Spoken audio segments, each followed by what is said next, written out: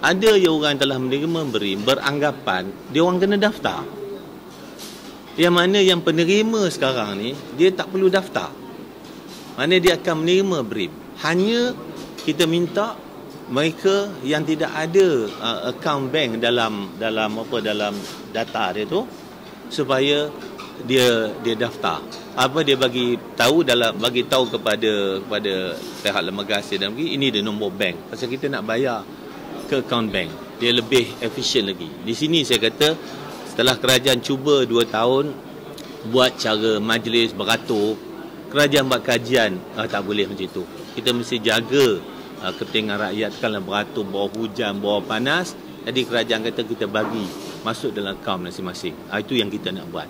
Jadi bermakna bahawa penerima BRIM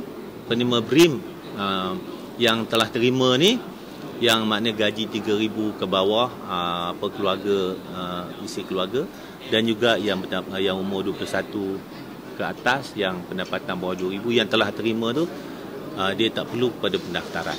Hanya mereka bagi nombor akaun bank.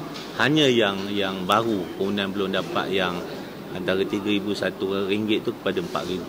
Kita mahu mereka mendaftar, dan ingat sampai 31 Januari. Saya ingat ini kena maklumlah pada rakyat.